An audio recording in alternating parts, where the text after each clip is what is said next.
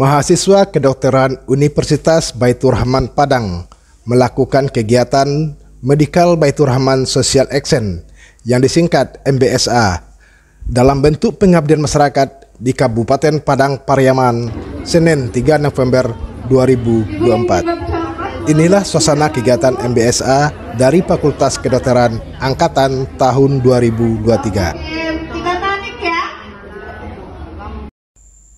Kegiatan pengabdian masyarakat ini merupakan kegiatan rutin yang diadakan setiap tahun oleh mahasiswa Kedokteran Universitas Baitur Rahman.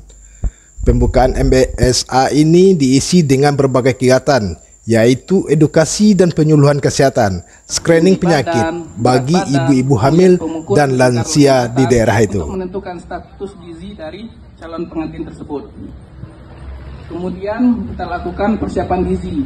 Jadi pasangan-pasangan yang akan mau menurut Ketua Pelaksana Afdal Winandra, dengan kegiatan tersebut berdampak positif bagi masyarakat dan bagi universitas.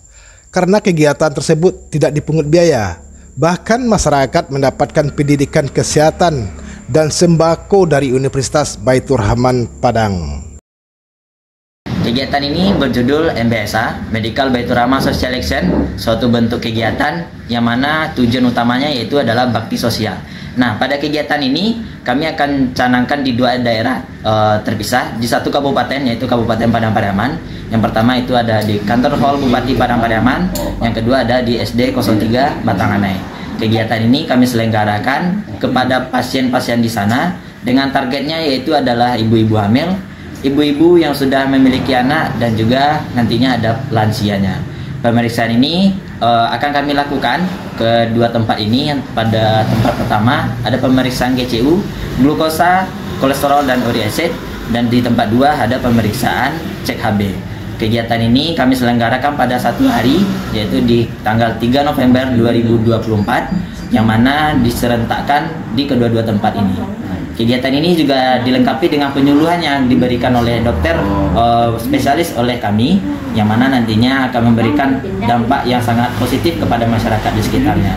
Setelah kegiatan ini selesai, nantinya masyarakat akan diberikan suatu bentuk apresiasi, yaitu sebuah bentuk sembako, yang mana dari sembako ini suatu bentuk terima kasih kitanya juga kepada masyarakat sekitar atas kegiatan ini yang telah sukses dicapai.